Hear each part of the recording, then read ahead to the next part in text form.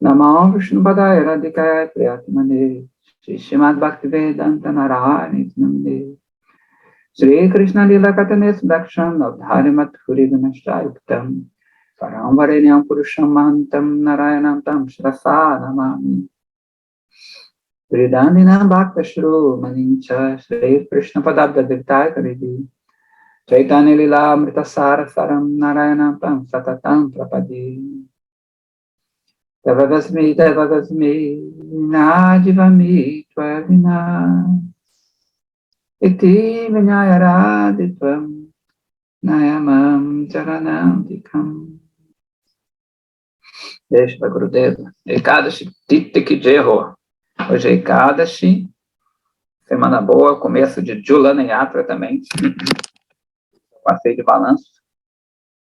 Né? De Radha e Krishna. Quarta-feira é Rupa Goswami. Semana é boa. Quinta-feira, Balarama. Aparecimento de Balarama. Então, estamos numa semana muito legal. Então,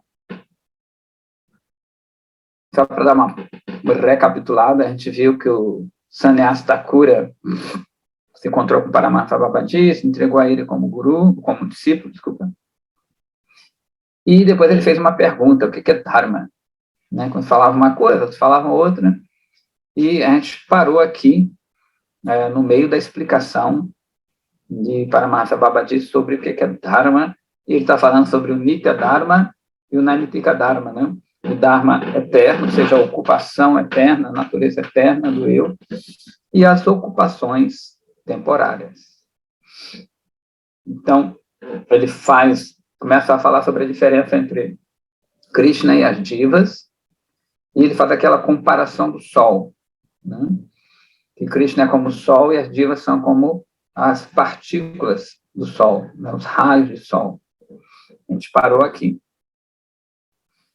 Então, ele fala assim que é interessante essa parte aqui, é bem interessante esse parágrafo, que ele diz que nenhuma comparação ela é perfeita, né? Óbvio, né? A gente está comparando coisas materiais com algo, né, espiritual transcendental. Então, é só uma aproximação que a gente vai ter, né, para a gente, nossa inteligência material, ela dá uma despertada.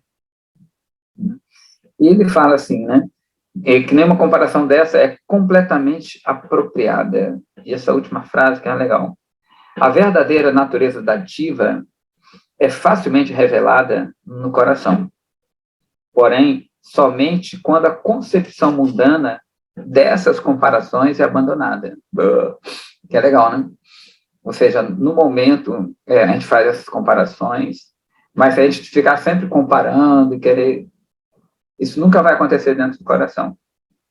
Somente quando isso for abandonado, né?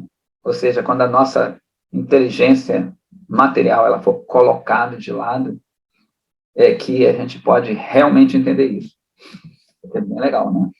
Então, a gente faz alguma coisa, no momento é necessário isso, mas chega um ponto que você tem que abandonar aquilo ali, né? Eu me lembro que uma vez eu estava acho que foi Lumiar, e a gente estava tomando banho no rio, aí tinha uma pessoa que estava gelada a água, e a pessoa ficava ali, pegando, olhando para a água, a gente já tinha tomado banho. E a gente estava até conversando sobre essas coisas, assim. Aí ela vai, não vai, então... Né? Então ela botou até o dedo do pé assim, aí ficou meio frio, e vai, não vai. E é como a gente, né? Vai chegar um ponto que a gente tem que se atirar, senão nunca vai saber a temperatura da água. Né? A gente comentou sobre isso. Né? Então, é legal, né? Óbvio, você estudar, óbvio, né? Sempre é bom, mas se um dia não se atirar, a gente vai sempre ficar com medo, né? De realmente sentir aquilo, de ficar na dúvida. Então, tem um ponto que a gente tem que pular na água. Então, aí ele continua aqui, né, dizendo que Krishna é Brihat Vastu, ou seja, vasto, você lembra que a gente falou? Que é a substância transcendental, consciente, né? E que brihad é aquilo que se expande, está sempre se expandindo. Né? Enquanto a diva é anu tid, vasto, ou seja, né? Essa substância também transcendental, só que ela é anu, para na Vaisheshika, é a menor partícula existente. Né?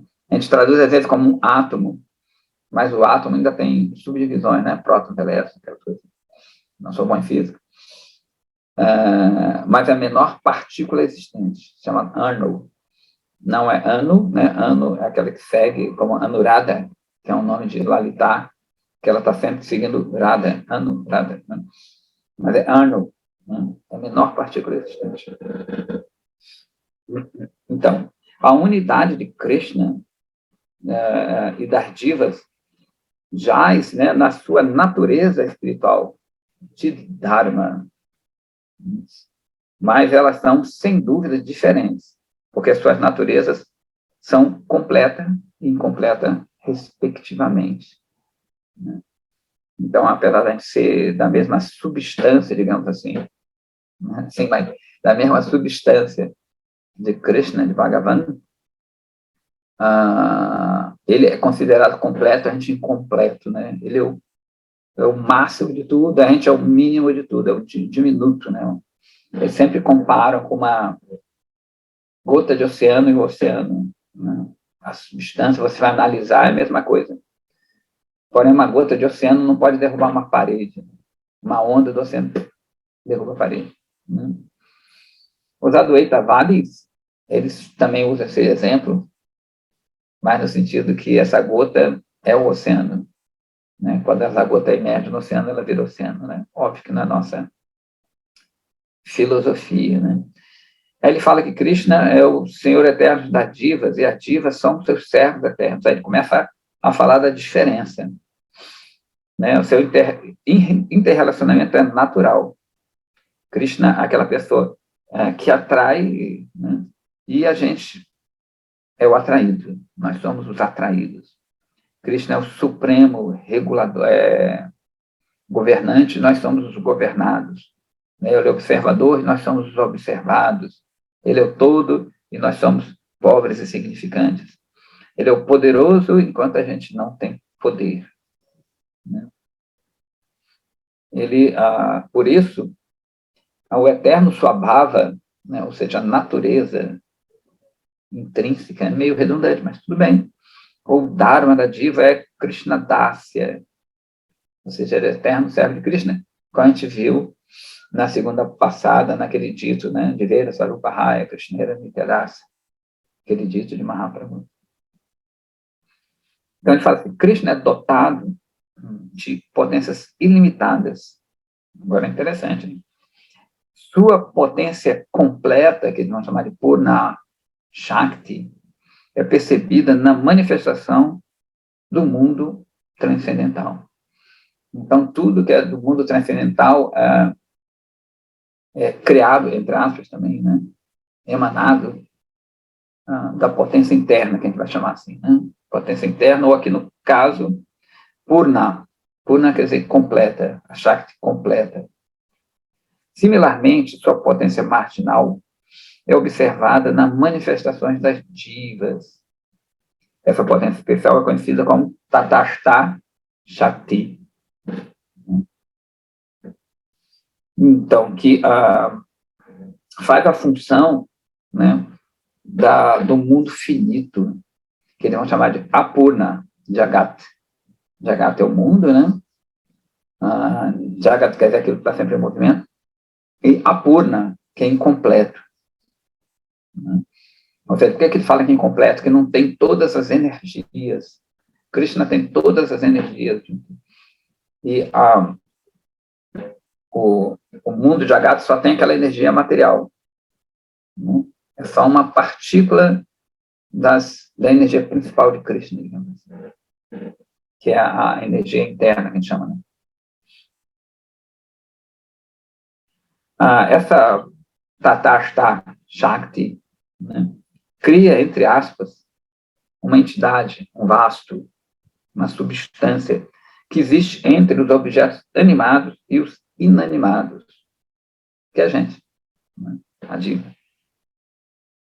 Então, a gente pode ter essa característica de ir para lá e para cá, né? Por isso que é chamado de tatastá, como a gente já falou, que vem de tata.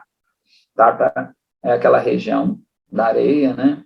Na praia, que ora ela é molhada pelo oceano, parece que é o oceano, e ora parece areia, mas no fundo ela é areia, né? Quando a maré sobe, parece que é água, então ela fica encoberta por outra coisa. Então, ela, como ele falou, ela adquire ela possui agora, naquele momento, uma natureza adquirida, né? Aquela natureza que encobre ela, mas ela, no fundo, ali é uma areia, então, ora coberta, ora descoberta. E, como ele falou, nenhuma comparação exata.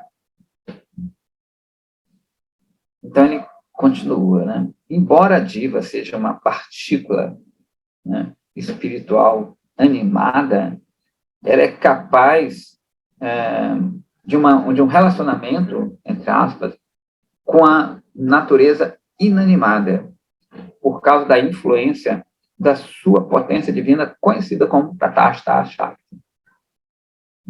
Então, essa Tatastha Shakti, que é uma potência interessante, uma Shakti interessante, é uma Shakti única, né? Ela tem essa capacidade de ficar num ponto e outro. Engraçado, apesar dela ser superior, né? A diva, a gente, é superior à matéria. Mas, devido a esse Vishesha Rupaniti, né, essa característica, a gente pode ser encoberto pela matéria. Então, a gente vê como é interessante.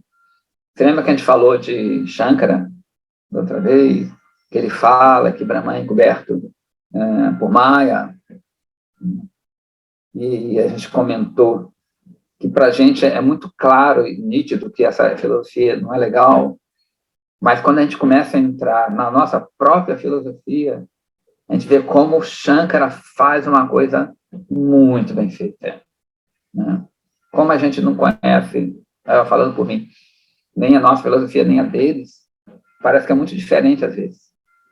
Mas depois a gente vai ver vários pontos, né, cruciais ali, que o Shiva, né, Shankara, ele vai tirando para montar a filosofia dele, que é muito bem feita. Óbvio, uma filosofia montada por Shiva não vai ser qualquer coisa chulepinha. Então, quando a gente vai adentrando, a gente vai ver, caramba, ó, tem umas coisas similares aqui, que ele ajusta do ponto, digamos, Dvaita para o ponto Advaita. Isso é uma delas. É bem legal. E ele fala sobre a região Tata, que a gente já falou aqui, né? Portanto, a Bhadadiva, né, que é Bhada, a gente traduz como condicionada, né, aquela diva que está condicionada a esse mundo, né, ao tempo, e assim por diante, não está além de toda conexão com a matéria. Diferentemente, agora interessante, das divas no domínio espiritual. Então, tem divas no plano transcendental também, ou seja, existem essas partículas, né, esses seres individuais no plano transcendental, porém elas não são influenciadas pela natureza material, né? Porque elas não são tatasta, é outra categoria. A gente, sim, né? Essa categoria, ela é influenciável por Maya, já aquela categoria não é, né? Beleza? Todavia, ela é distinta da matéria, né? Matéria inerte, como ele fala aqui, por causa da sua natureza espiritual animada. Animada no sentido que, né, anima quer dizer alma em grego, né? Já que a diva é por natureza diferente, tanto das entidades espirituais puras quanto a matéria morta, ela é classificada como um princípio separado, ou seja, como tátua separada. A gente vê que tem Shakti Tattva, né, Bhagavad Tattva, Diva Tattva, Maya Tattva. Tattva a gente traduz como verdade fundamental, né? Ele sempre traduz aqui, pelo menos nos nossos livros, né? Mas Tattva também é uma palavra muito similar a Dharma. Twa é a natureza de algo, e Tat é aquilo, né? Ou seja, a natureza daquilo, a constituição daquilo. Portanto, a eterna diferença entre Bhagavan e a Diva deve ser aceita. Bhagavan tem completo controle sobre Maya, né? Porque ele é o supremo regente. A Diva, por outro lado, pode, sob certas circunstâncias, ser controlado por Maya, né? Já que ela é sujeita à sua influência, como a gente falou. Portanto, esses três princípios, Bhagavan, Diva e Maya, né, são verdadeiros, né, e são eternos.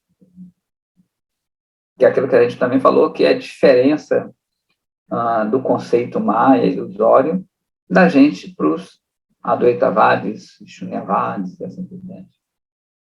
Ambos vão dizer que é ilusório, mas os conceitos são diferentes.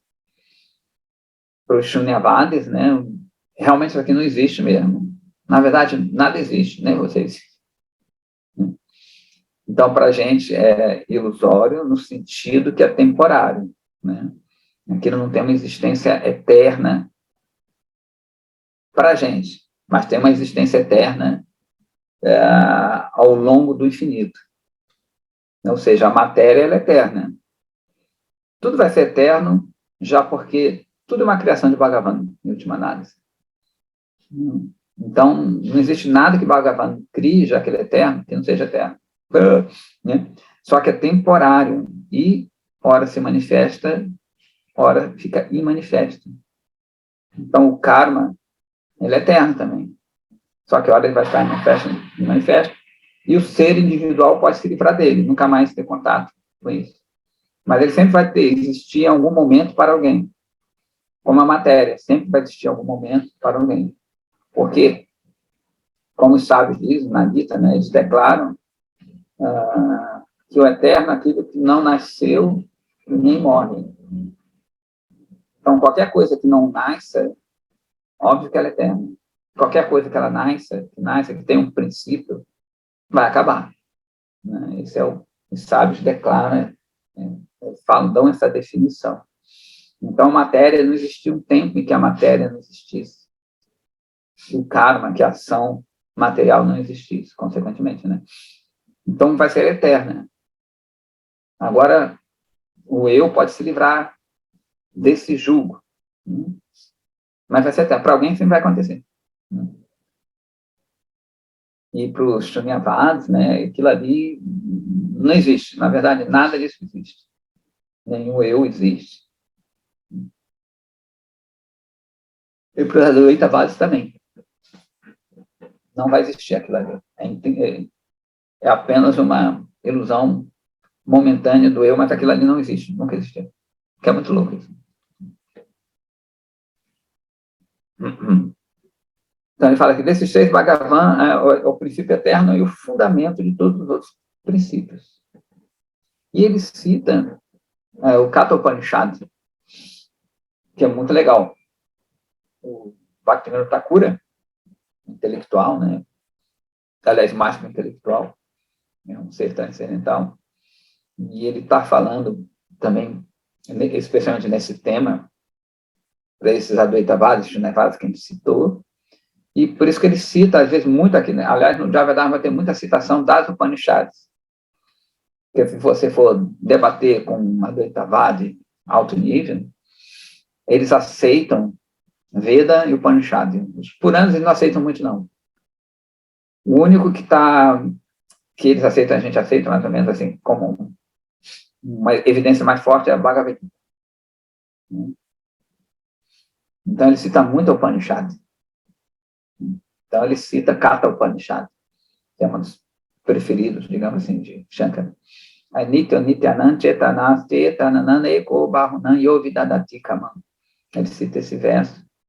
que é claro que existe uma diferença entre Bhagavan e Jiva. Ele é Nitya Nityanam. Né? Existe um eterno entre todos os eternos. Chetanas Chetananam. Existe um consciente entre todos os conscientes. Eko Bahunam. Existe um entre vários. Eko, né? Um. Eka, deixa eu ver. Yovidadati Kaman. Que satisfaz o Kaman, o desejo de todos. Né? Então, né? Se quiser, fala que a diva é, por natureza, né, uma serva eterna de Krishna. E a representação da sua energia marginal. Né? Marginal parece marginal de bandido, né? Mas ele está à margem daquilo ali, como a gente já falou. Isso demonstra que a diva é distinta de Bhagavan e, ao mesmo tempo, não é separada dele. Como eu convivo um pouco mais com esse meio de yoga e tal, né? Eles sempre consideram a gente como Dvaita, né? Dvaitavadis, são dualistas, mas Mahaprabhu ele vai além desse conceito só dual, né? Com Shuddha Dvaita, como Madhacharya falava, né? É o dualismo puro, a gente não é o dualismo puro, a gente é a Tinta e a Beda Beda, como a gente falou, né? Que é aquela coisa diferente, mas é igual ao mesmo tempo, como ele falou, né? Em substância, a gente é igual, mas em potência, em potencial, a gente é diferente. E não é que a gente não aceite, desculpa, não é que a gente não acredite e que você pode ficar nessa outra energia, né? Brahmeti, Paramatmeti, Bhagavanditi, Shabdyate, tem no Bhagavata, né?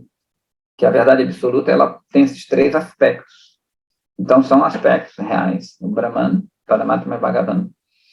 Então, a gente acredita, né? Tá? Isso no Vedas, que você pode entrar no reino de Brahman, desse brilho supremo, dessa aura de Krishna. A gente aceita que isso existe, né? E que a pessoa pode realmente ficar naquilo ali, mas não que ela se torne aquilo ali. Essa é a nossa diferença também. Mais outra coisinha de Shankara, né? Então, os Advaitavadis acham que você já é aquilo ali, e a gente acredita nesse estado, nessa imersão, mas você não se torna Brahman. Né? Você continua com a sua individualidade, só que essa individualidade ela não é manifesta. Né? É como se você ficasse num torpor, né? Num estado de torpor por muito tempo. Mas ali está ali, ainda, né? Ou seja, sua individualidade ela não é perdida, ela só não fica consciente. Então, ele continua, a diva é sujeita ao domínio de Maya, enquanto Bhagavan, óbvio que não, porque ele é o senhor de Maya. Além do mais, a diva é uma potência especial de Bhagavan. Pelo menos isso, né?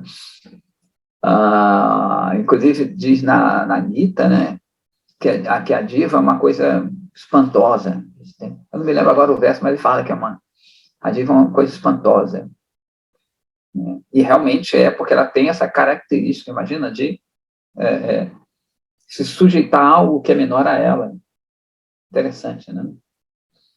Assim como Krishna, olha que legal, Krishna se sujeita a algo que é, entre aspas, menor a ele. Ou seja, Krishna se sujeita ao amor das divas, à entrega das divas. Então, aquela pessoa transcendental que diz que o medo personificado teme, né, que a morte personificada teme, ele sai correndo porque uma menina, Yashoda, né, quer bater nele, quer amarrar ele.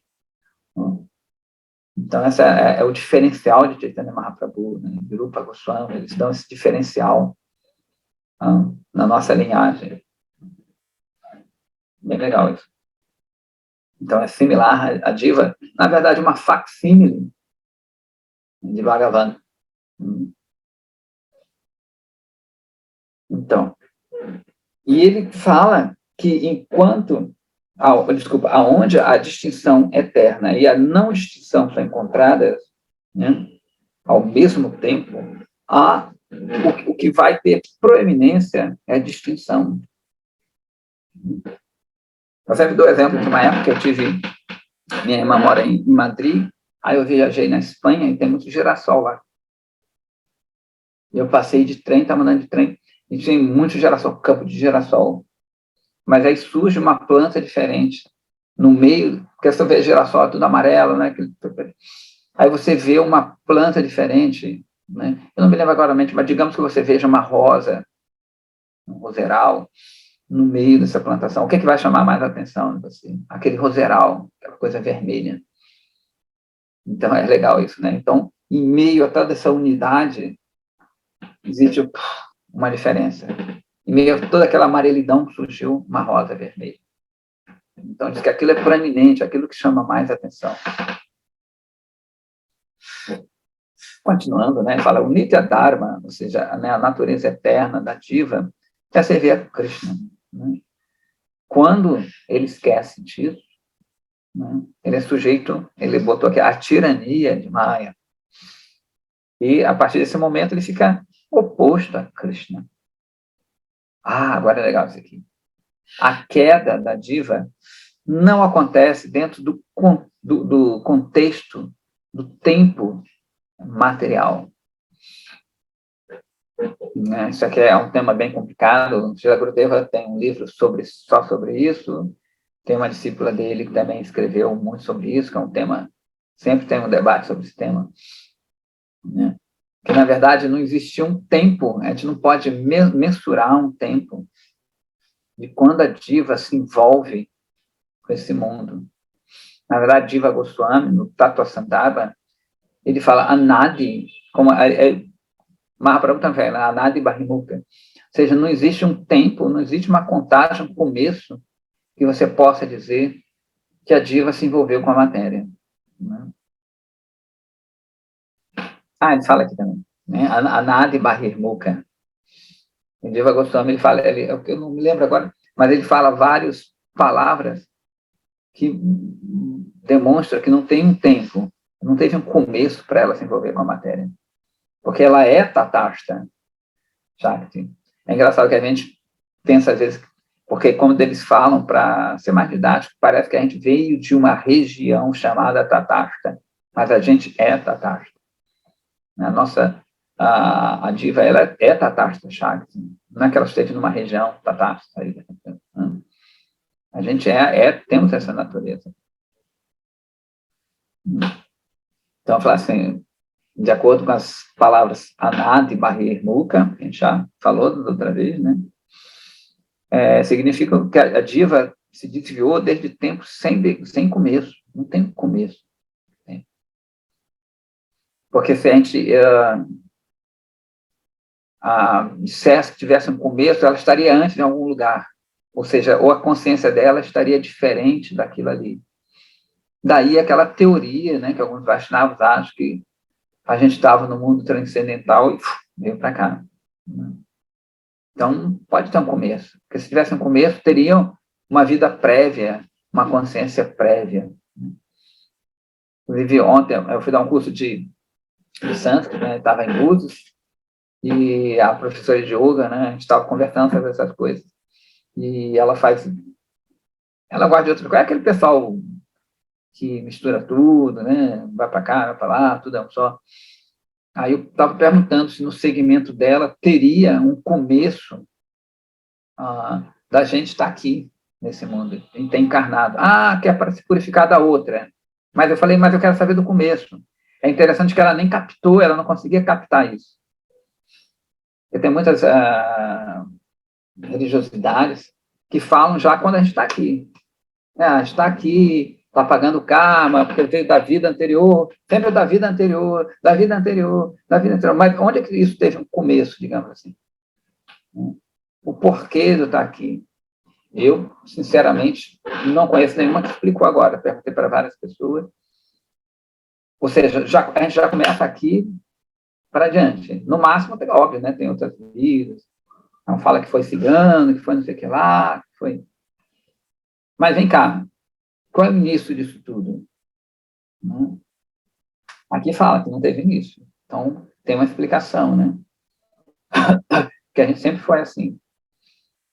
Mas, e aí? Qual é a causa disso, né? Eu, até agora, não vi nenhuma explicação. Assim. Sempre é daqui para diante, no máximo umas 10, 100 vidas, né, passadas. Então, pela, pela associação, vou falar associação, de Maya, a diva desenvolve um nisarga, ou seja, né, uma natureza adquirida, que, portanto, facilita, né, a sua função temporária e sua disposição, que é o Naimittika Dharma. O Nitya Dharma, que é a função eterna, né, é uma só, ela é indivisível, e ela é ímpar, sem falta em todas as diferentes situações. Porém, o Naimittika, né, a função temporária assume diferentes formas, né, que é visto em diversas circunstâncias. Ou seja, né, nossa natureza é uma só, e o Naimittika, né, Naimittika, ocasional, né, Naimittika quer dizer ocasional, é uma função ocasional, ela é multivariada. Então, que nesse ponto, Babaji Maharaja começa a cantar, né, o Harinama, e fica ali, né? Então, Sannyasa Thakura presta reverências a ele e fala assim, ó, Prabhu, eu vou deliberar sobre esse assunto hoje, e amanhã, se eu tiver alguma dúvida, eu falo para você. Pergunta a você. Então, vichara, não é isso? Que é justamente você ouve catar, você delibera sobre aquilo ali, né? Você digere, digamos, aquilo ali, ou não digere, mas você está liberando, poxa, o que eu vi? E depois você pergunta para o seu mestre, isso está correto? Né? Olha, eu acho, pelo que eu vi, é assim, assado, eu entendi direito. A gente não sai repetindo logo, né? Ouviu, já sai repetindo, sem digerir aquilo ali, né? É por isso que Ganesha tem aquele barrigão e o orelhão, né? Ganesha ouve, tem o orelhão, digere, né? Tem aquele barrigão depois que ele fala. Então, a gente vai passar para o segundo capítulo, que é o Nitya Dharma da Diva, é puro e eterno.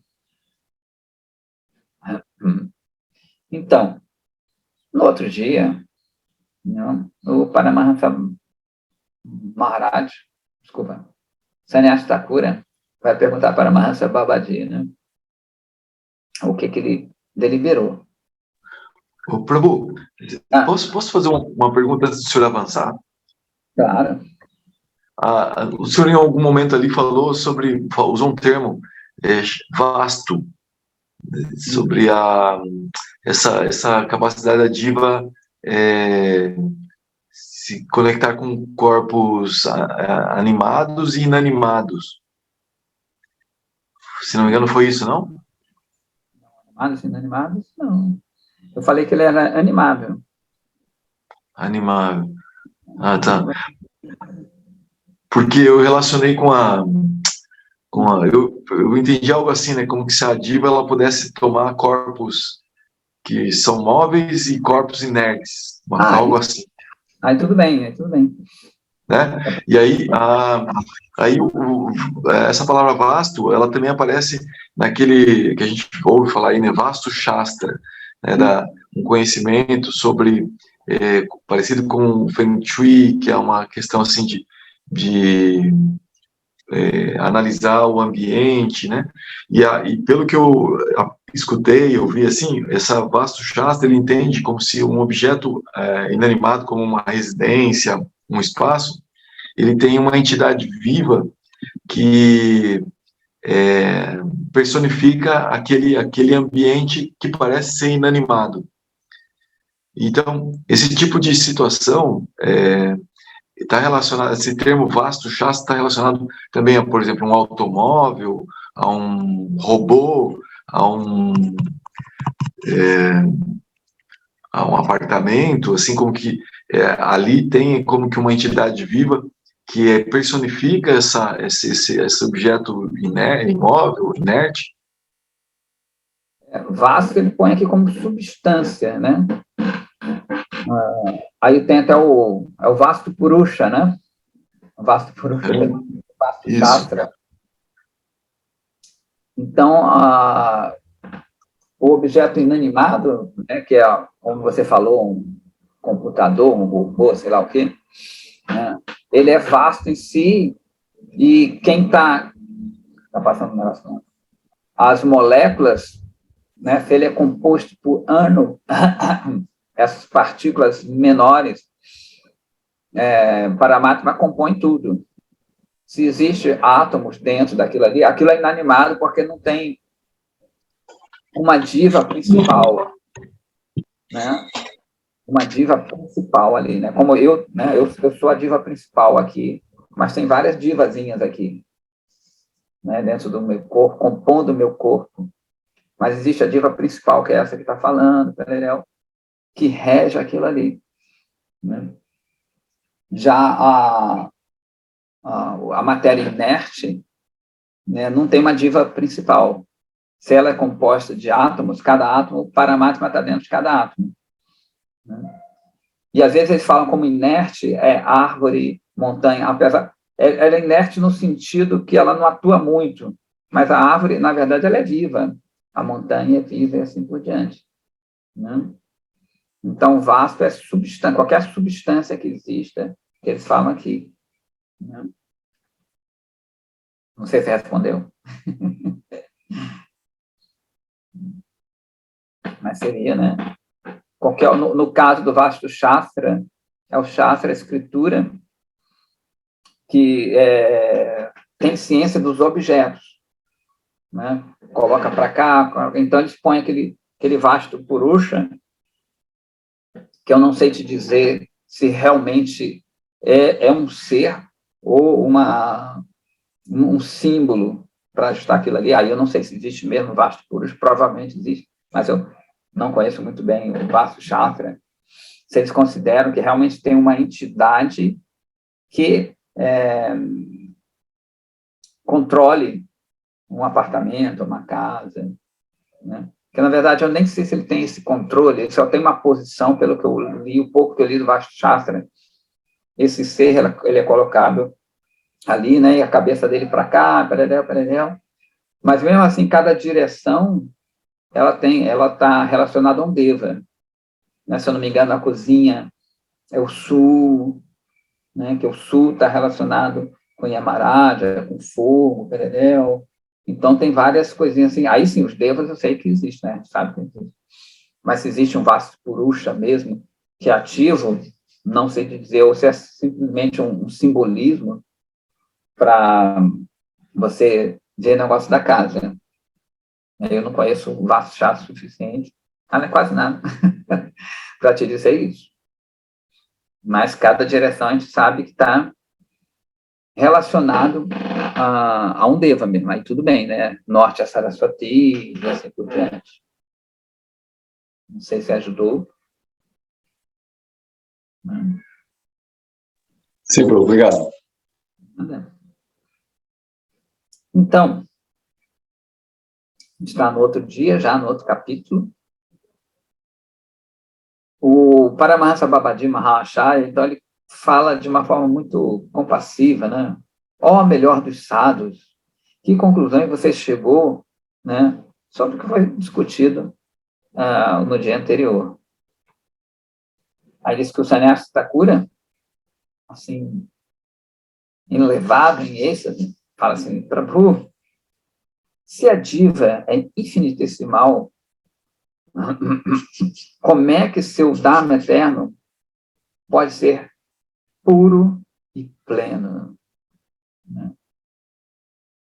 E se a função natural da diva é formada no tempo que ela é constituída, como é que a sua função pode ser eterna?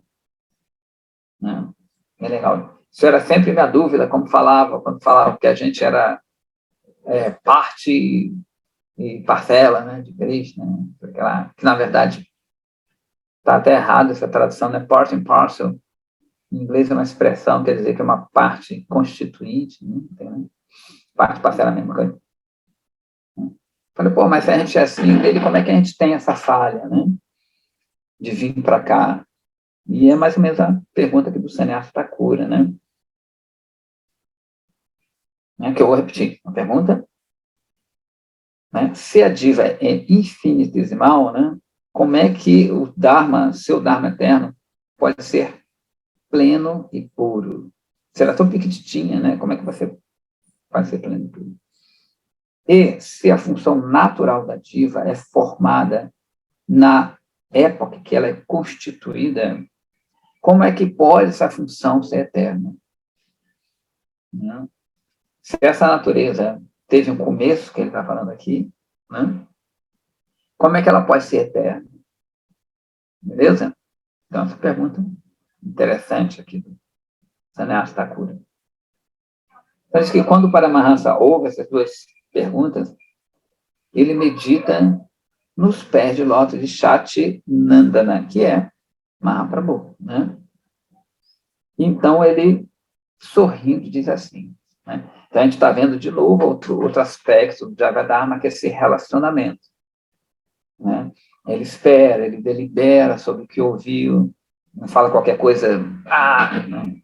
Uma coisa impossível. E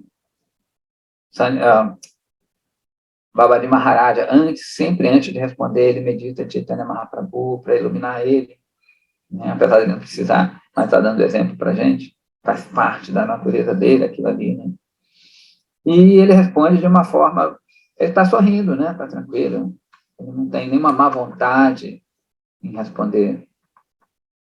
Às vezes, os caras que às vezes a pessoa responde com má vontade, né? Porque ela não está sentindo prazer naquilo ali, ou às vezes nem sabe responder, né? Que é melhor ser sincero, falar, Prabhu, não sei dizer não, né? Mas o dealing, né? O relacionamento deles é bem interessante e a gente vai tentando guardar isso para a gente tentar praticar assim, né?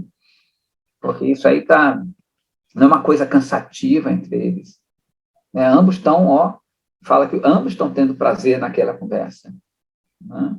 Como Krishna diz, né? Os sábios, eles sentem prazer conversando sobre mim. E eles estão ali completamente enlevados nisso. Mais uma pergunta? Já sei, não, né? Ou responde meio, é assim mesmo, por favor, canta Hare Krishna. Né? Não, eles estão respondendo porque as perguntas são boas e as respostas melhores ainda. Então, ele fala assim, respeitava o Senhor, embora a diva seja infinitesimal, o seu Dharma é pleno e eterno. Essa característica de ser diminuto é somente uma peculiaridade pela qual ele é identificado. Para Brahma Sri Krishnachandra, é uno e a substância una e única, né? Enfim, é o Brihasti vasto, e a diva são suas inumeráveis partículas atômicas. Como essas partículas emanam de um fogo indiviso, as divas emanam de Krishna, que é a personificação da consciência imutável. Assim como cada fagulha, né, é dotada com a potência do fogo completo, cada diva é capaz de mostrar, né, sua função plena de consciência. Olha que legal.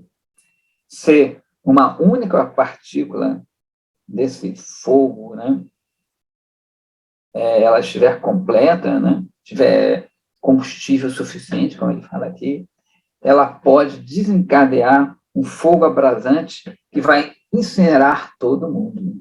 Muito legal, né? Ou seja, quando essa partícula essa diva, ela está conectada com o Bhagavan, né? Toda essa potência vem através dela.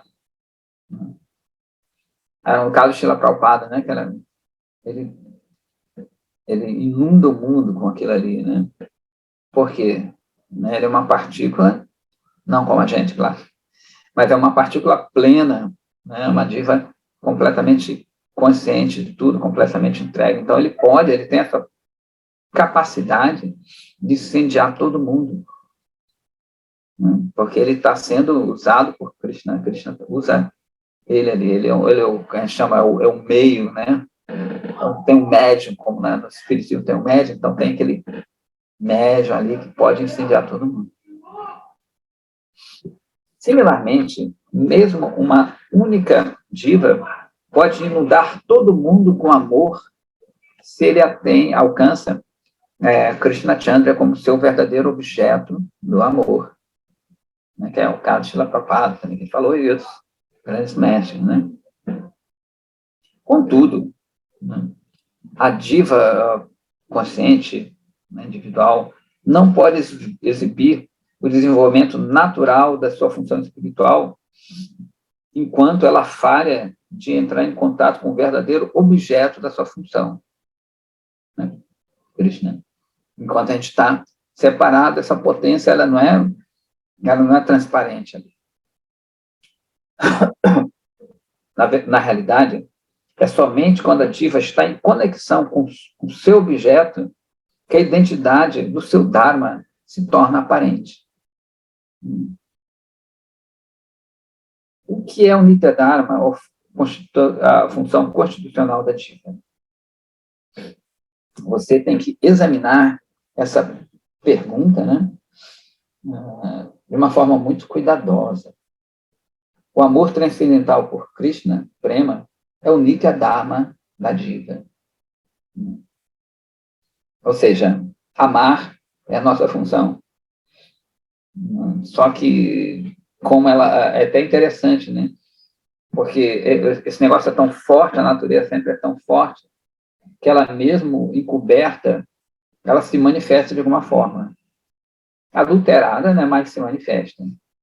Na verdade, o mundo ele é movido pelo amor. Só de forma adulterada, né, às vezes doentia. Na verdade, todo adulterado é doentio, mas é o doentio do doentio. Né? Ou seja, existe o amor de mãe, né, que é uma forma adulterada, mas não, é doentio no sentido que não é a função saudável do eu, mas dentro do escopo material é uma coisa melhor. E existe aquele amor doentio, né, numa pessoa que é obcecada por alguém, que persegue alguém, assim por diante. Então, é uma perversão desse amor que todo mundo sente, que todo mundo procura. Mas todo mundo quer amar, óbvio. Só que a gente quer amar de uma forma diferente. A gente nem sabe, na verdade, que é amor. Esse amor, ele o que a gente chama aqui de amor, né? Sempre é kama, né? Por isso que tem palavras diferentes para amor, tanto no mundo transcendental, né, como aqui nesse mundo. Então, quando ele fala kama quer dizer desejo, né? Tem até Kama Sutra, tudo. Então, o amor desse mundo, né, ele não é uma entrega total, porque ele sempre espera uma resposta, de uma forma ou outra. Sempre considera eu e meu. Né? Mesmo que aparentemente seja abnegado, aquele amor está sendo direcionado porque aquele é meu objeto de desejo ali, de uma forma ou outra. Né? E já o amor transcendental, ele não tem isso, né? Então, a natureza constitucional da diva é consciência, que é transcendental à matéria. Sua função interna é o amor divino. E a natureza desse prema é o serviço a Krishna. Portanto, a função constitucional da diva é serviço a Krishna, cuja natureza é prema. A diva tem duas condições, que é o seu estado liberado e o seu estado condicionado. No estado liberado, a diva é completamente espiritual, o Tim Maya, e não tem conexão com a matéria. Contudo, mesmo nessa condição pura, ela ainda assim é uma entidade infinitesimal. Então, ela sempre, isso a gente já sabe, ela sempre vai manter a sua individualidade. A diva pode se submeter a uma mudança de condição porque ela tem a qualidade de ser diminuta. Krishna, contudo, nunca se submete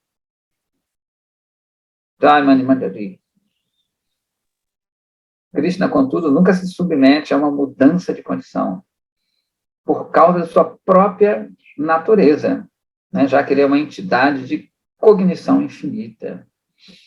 Aí está mostrando essa diferença, né? Que Krishna nunca se submete a Maya. Mas Krishna se submete a Yoga Maya. Né? Olha outra coisinha do Shankara aí. É interessante, outra similaridade que é colocada de um ponto de vista Advaita, né?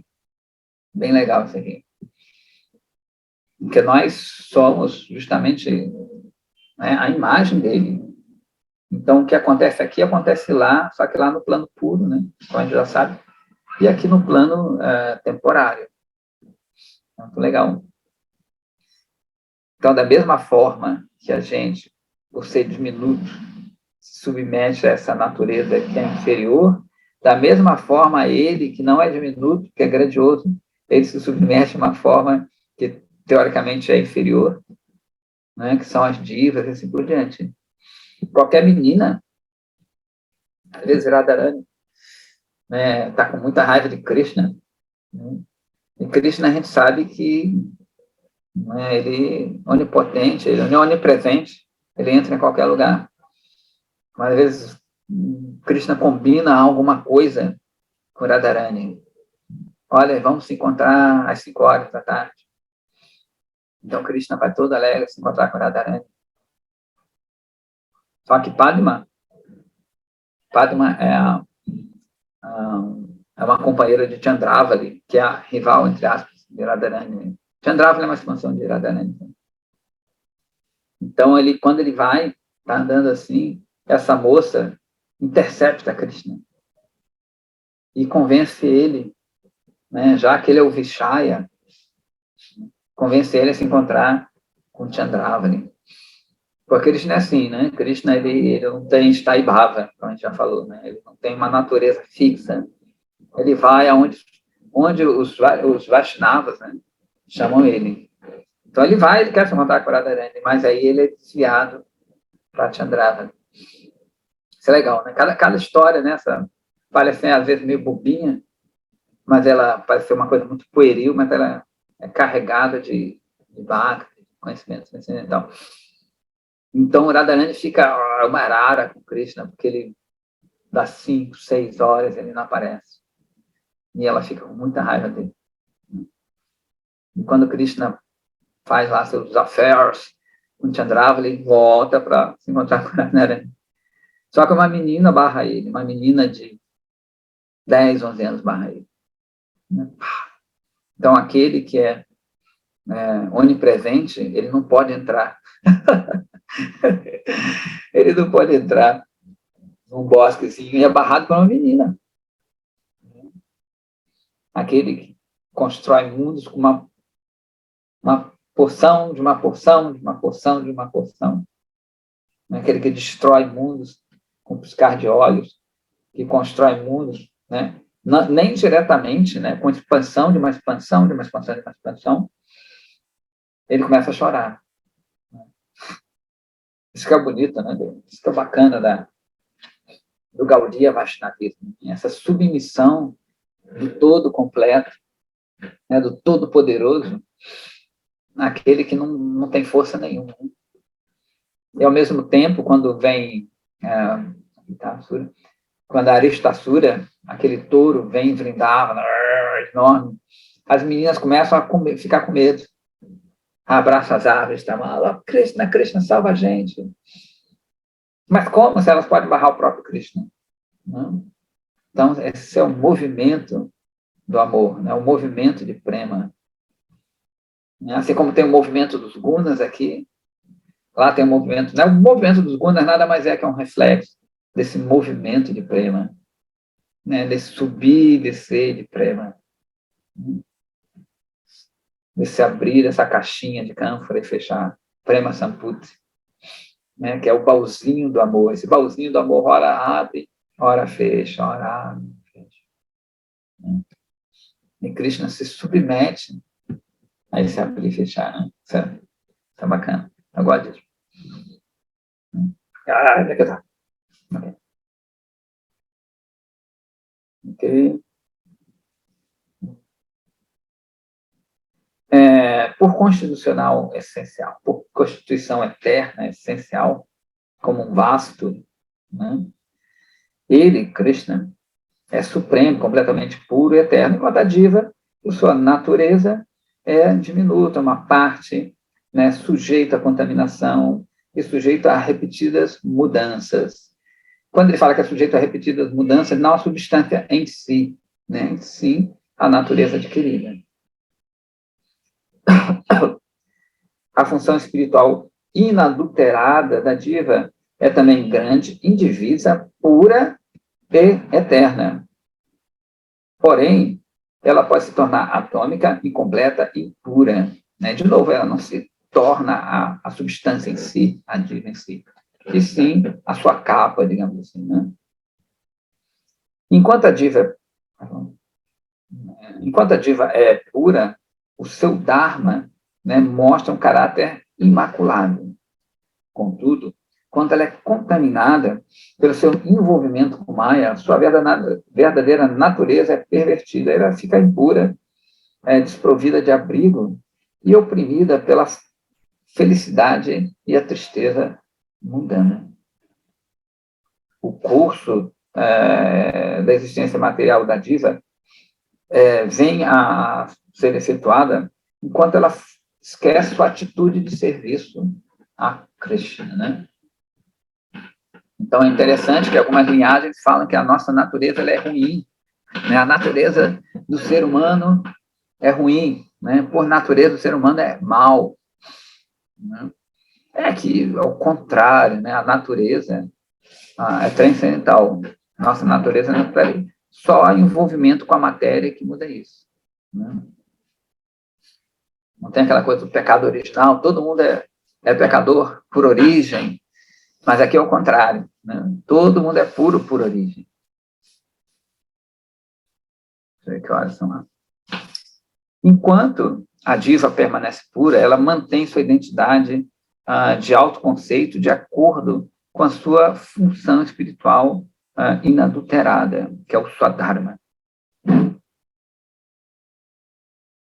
O seu egoísmo original e inato é, portanto, enraizado no conceito que ele é um servo de Krishna. Né? Então, o ego verdadeiro, né, é outra coisa que a gente vê muito, fala com as palavras, né, que tem que destruir com as pessoas, tem que destruir o ego é ruim, não sei o que lá, né? Porque a maioria não tem esse conceito dos dois egos, o ego verdadeiro e o ego adquirido. Então, óbvio que o ego adquirido tem que ser destruído, né? Tem que ser eliminado. Mas, de novo, voltando a Dvaitavadis, eles querem destruir o ego em si, já que eles não consideram que que existe uma persona atrás do que a gente considera aqui como ego. Né? Para eles, tanto que vem de egoísmo, que é uma coisa ruim, né? É interessante que essa palavra egoísmo, nesse sentido, dá uma coisa que você quer só para si. Né? E dentro desse contexto da matéria, isso é ruim. Né?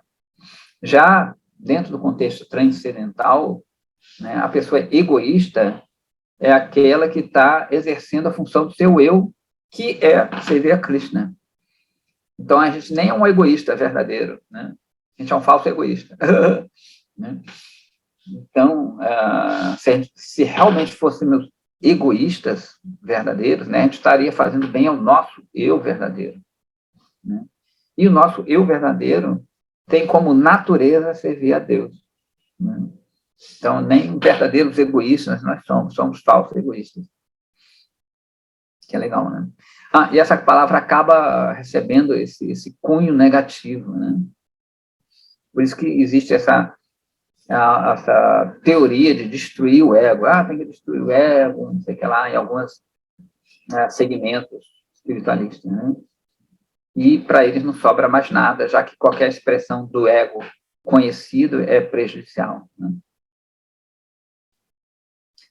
Contudo, por egoísmo, assume muitas diferentes formas, enquanto ela fica contaminada pela associação com o mal. Os corpos grosseiros e sutis vão cobrir sua constituição verdadeira. E, como resultado, um egoísmo diferente surge no corpo sutil, que é Linga Sharira, Sukshma Sharira, Kama Sharira, né? Tem vários nomes para essa cobertura. Kama Sharira é legal, que é o corpo dos desejos, acho bonito, né? Enfim, Sukshma quer dizer sutil. Quando isto combina com a identificação da alma com o corpo grosseiro, né, que é o Stula Sharira, uma terceira forma de egoísmo é assumida, ou seja, são várias camadinhas, como a gente já sabe, que vão cobrindo o eu. Na sua forma espiritual pura, a diva é exclusivamente o servo de Krishna. Quando a entidade se identifica com o corpo sutil, né, seu egoísmo puro é coberto, né? E ela pensa que pode usufruir das suas ações. Ela, então, obtém um corpo grosseiro que pensa assim, eu sou um brahmana, sou um rei, sou um mestre, servo, e assim por diante. Quando a diva, né, obtém a companhia desses diferentes tipos de falso egoísmo, sua função constitucional se torna pervertida. Mas, de novo, a gente pode ver, essa natureza de servir é tão grande que a gente acaba servindo aqui, mesmo querendo ser o senhor, né? É interessante isso. A gente acaba servindo, né? Mesmo o senhor de todos, ou seja, a gente realmente é uma réplica de Krishna, né? Então, mesmo aquela pessoa, Radhe Daisy, mesmo aquela pessoa que queira mandar em todo mundo, que queira controlar todo mundo, ela é serva dos seus sentidos, né, dos seus desejos. E, às vezes, serva na sua família de alguém, né? Vê que, às vezes, uma pessoa poderosa, né, controla, digamos assim, os Estados Unidos, como um dos países mais poderosos. Teve até um caso acho que foi o Clinton, um cara mais poderoso, digamos assim, do planeta. Ele caiu, foi servo da secretária lá dentro. Ele acabou ficando traindo a mulher. Então, ele foi o servo do sentido, servo de impulso. Então, mesmo a pessoa que talvez queira controlar tudo, ela sempre, a natureza é tão forte que ela é submetida a algo, né? Ou, às vezes, né, a pessoa que não quer saber de ninguém, mas tem um cachorrinho, serve o cachorrinho, limpa o doutor do cachorrinho, dá comida pro cachorrinho, né? Então, essa natureza é tão forte, né, já que é a nossa natureza, né, que ela transparece aquilo de uma forma diferente. Quando a função é intrínseca da diva, é inadulterada, ela vai se chamar de prema, né? Esse prema manifesta de uma forma pervertida na forma do corpo sutil, na forma de felicidade e sofrimento, apego e aversão, e assim por diante. Essa perversão é observada numa forma mais grosseira no Stula Sharira, né? No corpo grosso, que a gente chama, como os prazeres de comer, beber, né? E ficar em contato com os outros objetos. Então, né, o corpo sutil ele tem um prazer X e o grosseiro Y. Né? Tem gente que se satisfaz com a sua inteligência, né, com jogos mentais e assim por diante. E outros não, uma forma mais grosseira, né, de comer mesmo, dormir, se vestir, botar roupa boa, né, enquanto o outro não curte muito isso, ele gosta de um desfrute mais sutil. Então, ele continua aqui, você deve entender claramente que a função eterna da diva é manifesta somente no seu estado puro. O Dharma que surge no estado condicionado é conhecido como Naimittika, como a gente já falou, ou circunstancial. O Nitya Dharma é, por natureza, completo, puro e eterno. Vou explicar o Dharma circunstancial, né, ao longo desse dia.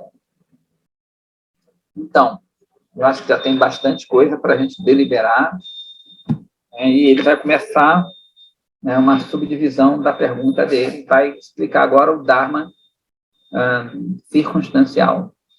Então, acho que já tem bastante coisa para a gente meditar, e a gente continua na segunda-feira. Se tiver alguma pergunta, alguma coisa,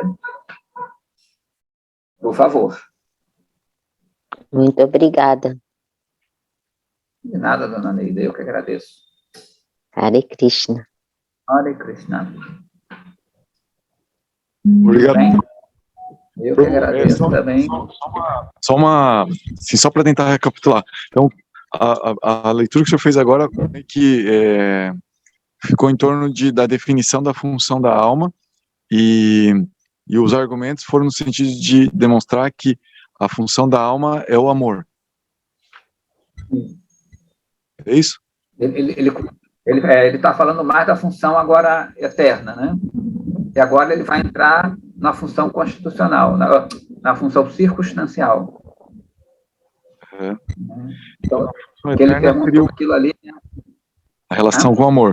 Daí os argumentos foram no sentido assim de mostrar que como é o amor, ele aparece na expressão da entidade viva em algum aspecto desse amor. É isso? Isso.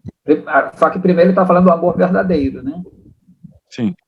E agora ele vai falar mais sobre o temporário. Então, ele explicou os dois, né?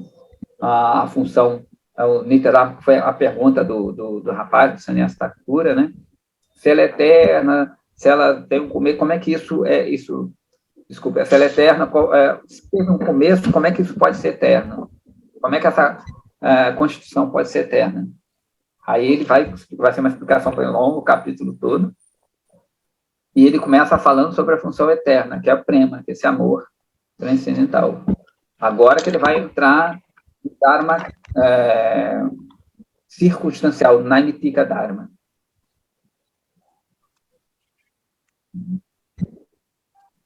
Se vocês puderem, né, não sei se vocês Daiva Dharma, que é legal acompanhar também. Para, né, quem puder adquirir o Daiva Dharma e ler, é bem legal. Porque aí ajuda mais ainda, porque é meio... Depois vai complicando um pouquinho mais. No espanhol, para botar em que plano? Você sabe? No espanhol? Porque eu estou com o do Jagadish emprestado aqui, espanhol. Está no segundo capítulo. Agora, a página, como a gente viu da outra vez, as páginas não são as mesmas. Tá. Mas, mesmo assim, digamos, se você ler todo o capítulo, você já tem uma ideia muito melhor. Sim. Eu vou fazer isso porque eu também cheguei atrasada na aula, enfim, né? Problema com a internet aqui. Vou pegar do segundo já, na gravação. Tá bom. Porque aí já tem uma ideia já tem aquela ideia do quadro completo, ali fica mais fácil ainda de pegar. Beleza? Beleza, muito obrigada. Bom dia. Haribol. Radê. Boa semana para vocês. Hoje é Ekadashi, hein, gente? Ekadashi. Obrigada. Boa semana. Boa semana.